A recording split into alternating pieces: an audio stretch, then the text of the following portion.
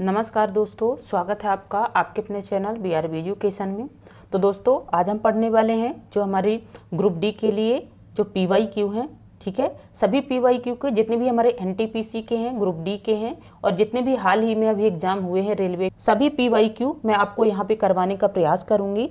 ठीक है, और ये वाले PYQ हमारे रेलवे के लिए बहुत ज़्यादा इंपॉर्टेंट होंगे। इनफैक्ट जो भी व्यक्ति स्टेट एग्जाम या किसी भी एग्जाम की तैयारी कर रहे हैं, जो हमारे SSC हो या कोई भी एग्जाम हो, सभी एग्जाम के लिए ये बहुत ज़्यादा महत्वपूर्ण रहेगी हमारी क्लास। ठीक है, तो चलिए अपने क्लास को स्टार्ट कर लेते हैं हम। हमारा क्वेश्चन नंबर चौथा है। ठीक है, क्योंकि मैंने प्रीवियस ईयर क्वेश्चन उठाए हैं वहाँ से, तो जो क्वेश्चन यहाँ पे दिया हुआ है मैंने उसी क्वेश्चन को उसी नंबरिंग करके ली हुई है, वही नंबरिंग करके मैंने क्वेश्चन को लिया हुआ है। ठीक है, तो आपको ये नहीं सोचना है कि चौथा कहाँ से आ गया। तो चौथा नंबर वहाँ से, चौथे नंबर से ही शुरू हुआ है हमारा PYQ। तो क्वेश्चन पहला हमारा क्या कह रहा है, यदि तीन संख्याओं का औसत 20 है।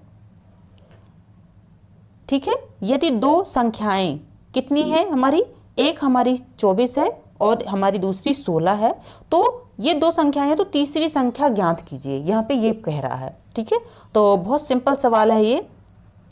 यहाँ पे हल लिखेंगे, यहाँ पे तीन संख्याओं का औसत पूछा है हमें, तीन संख्याओं का हमें औसत बताया है, तो हम यहाँ पे 3 लिख लेंगे, यहाँ पे 2, यहाँ पे 3 लिख लेंगे, यहाँ पे हम 20 लिख लेंगे, तो ये हमारा हो जाता है 60।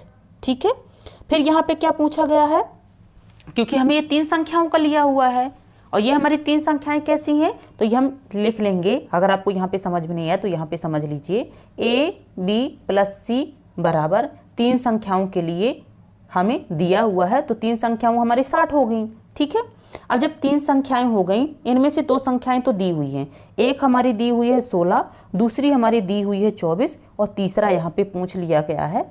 ठीक है, तो ये इनकी वैल्यू कितनी हो जाती है, तो ये हो जाते हैं मिलकर के 40। तो हमारा C कितना हो जाता है, अगर हम 60 में से घटा देंगे 40 तो ये हमारा आ जाता है 20। ठीक है, तो इसका 20 बिल्कुल सही जवाब हो जाता है। ठीक है, उम्मीद है कि आपको समझ में आया होगा। नेक्स्ट क्वेश्चन देखते हैं। क्वेश्चन नंबर 10 है हमारा, रिंकू अपनी कार से 17 सेकेंड में 136 मीटर की दूरी तय करता है, उसकी चाल किलोमीटर प्रति घंटा में ज्ञात कीजिए।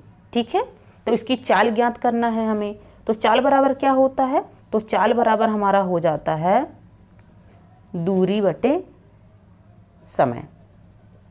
ठीक है, यहाँ पे दूरी कितनी दी हुई है, तो दूरी दी हुई है 136 मीटर और यहाँ पे समय कितना दिया हुआ है, तो 17 सेकेंड।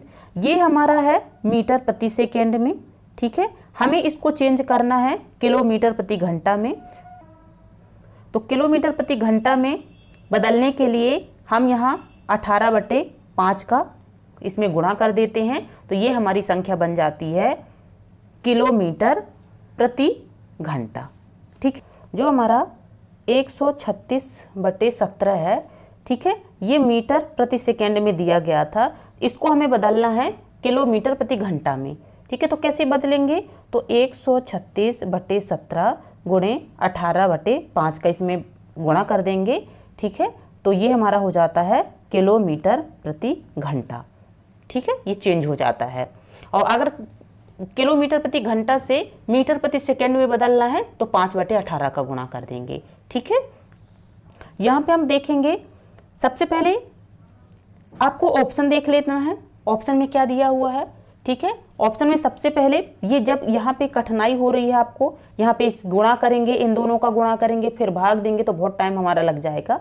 तो सीधे सिंपल आपको करना है कि 17 से 18 काट रहे हैं तो एक बार में जा रहा है, एक बार में जा रहा है, तो यहाँ पे हम 136 में 1 का गुणा करेंगे तो हमारा 136 ही आ जाता है, यहाँ पे हमारा 5 आ जाता है।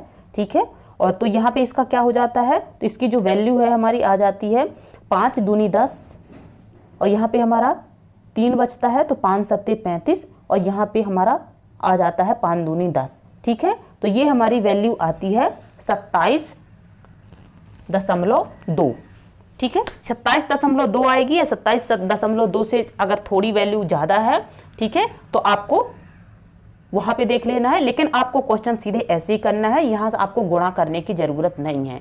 ठीक है, जो एग्जामिनर होता है वो आपके दिमाग से खेलता है, तो आपको दिमाग यहाँ पे लगाना है, ठीक है। नेक्स्ट क्वेश्चन देखते हैं। अगला क्वेश्चन है हमारा क्वेश्चन नंबर 36 में कह रहा है यहाँ पे, तो x का मान निकालना है, ठीक है। जब हम x का मान निकालेंगे तो x बराबर हम लिख लेंगे x/32, ठीक है। तो हम x² बराबर यहाँ पे लिखेंगे 50 × 32। इनको दो भागों में तोड़ लेंगे तो x बराबर हमारा हो जाएगा 25 × 2 16 × 2। तो यहाँ पे हमारी x की वैल्यू क्या आ जाती है, तो 25 का एक 5 ले लेंगे, 16 का एक 4 ले लेंगे, और यहाँ दोनों में 2 है तो एक 2 निकल के आ जाएगा, ठीक है। तो ये हमारा हो जाएगा 5 चौको 20, अब 20 दूनी 40, ठीक है। तो ये 40 बिल्कुल इसका राइट आंसर हो जाता है। क्वेश्चन नंबर 37 देख लेते हैं क्या कह रहा है। तो 72 किलोमीटर प्रति घंटा की चाल से चलने वाली 280 मीटर लंबी ट्रेन एक प्लेटफॉर्म को 30 सेकेंड में पार करती है, तो प्लेटफॉर्म की लंबाई हमें ज्ञात करनी है, ठीक है। तो इसमें सबसे पहले हमें प्लेटफॉर्म की लंबाई पूछ रहा है यहाँ पे। तो यहाँ चाल हमें कितनी दी हुई है, तो 72 किलोमीटर प्रति घंटा में दी हुई है, ठीक है। तो हमें इसको किस में कन्वर्ट करना है, तो इसको कन्वर्ट करना है हमें मीटर प्रति सेकेंड में। मीटर प्रति सेकेंड के लिए 5/18 का यहाँ पे गुणा कर देंगे तो हमारी ये हो जाएगी वैल्यू मीटर प्रति सेकेंड में, ठीक है। फिर कह रहा है कि जो ट्रेन की लंबाई है, तो ट्रेन की लंबाई 280 मीटर दी हुई है, ठीक है। प्लेटफॉर्म की लंबाई हमें निकालना है और समय हमारा दिया हुआ है 30 सेकेंड, ठीक है। तो 18 चौक 72 होता है, तो यहाँ पे हमारा 20 आ जाएगा। यहाँ पे हमारा 280 प्लस 30 आ जाता है। यहाँ पे हम इन दोनों का गुणा कर देंगे, 30 और 20 का गुणा करेंगे तो यह हमारा 600 आ जाएगा। यहाँ पे हमारा आ जाता है 280 प्लस p, तो प्लेटफॉर्म की लंबाई हमारी कितनी हो जाती है, तो 600 में से हम घटा देंगे 280, ठीक है। तो ये हमारी आ जाती है 320 हमारी आ जाती है प्लेटफॉर्म की लंबाई, ठीक है। तो उम्मीद है कि आपको ये क्वेश्चन बहुत अच्छे से समझ में आया होगा। क्वेश्चन नंबर 38 है। 38 में क्या कह रहा है, यहाँ पे बैग का अंकित मूल बोल रहा है, ठीक है। बैग का अंकित मूल हमें निकालना है। तो सबसे पहले हमें देखना है जो हमारा अंकित मूल होता है, अंकित मूल हमें 9 दिया हुआ है और CP यहाँ पे कितना 18% की छूट दी हुई है। यहाँ पे जब 18% की छूट दी हुई है तो हमें कितने में कोई भी वस्तु मिल रही है, तो हमें वह वस्तु मिल रही है कितने में, तो वह वस्तु मिल रही है हमें 82 में, ठीक है। इसकी वैल्यू 82 की कितनी दी हुई है, तो यह दी गई है हमें इतनी, ठीक है। तो यहाँ पे हम निकाल देंगे इसका जो अंकित मूल है, तो अंकित मूल कितना होगा, यहाँ पे गुणा 100 हो जाएगा, ठीक है। इसको 2 से काट देते हैं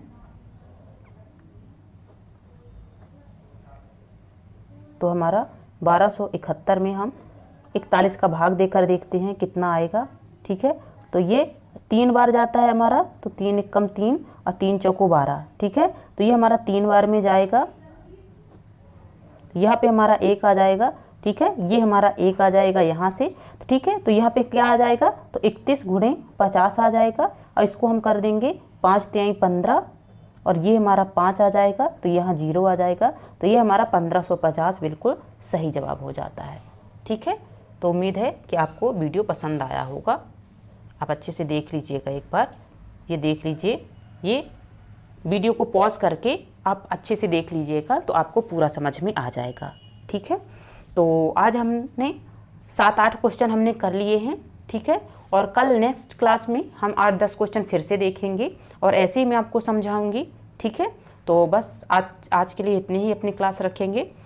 अगर वीडियो पसंद आता है और आपको हेल्पफुल लगता है तो प्लीज़ वीडियो को लाइक कर दीजिएगा, चैनल को सब्सक्राइब कर लीजिएगा, ठीक है। तो यहाँ तक बने रहने के लिए आप सभी का बहुत बहुत धन्यवाद।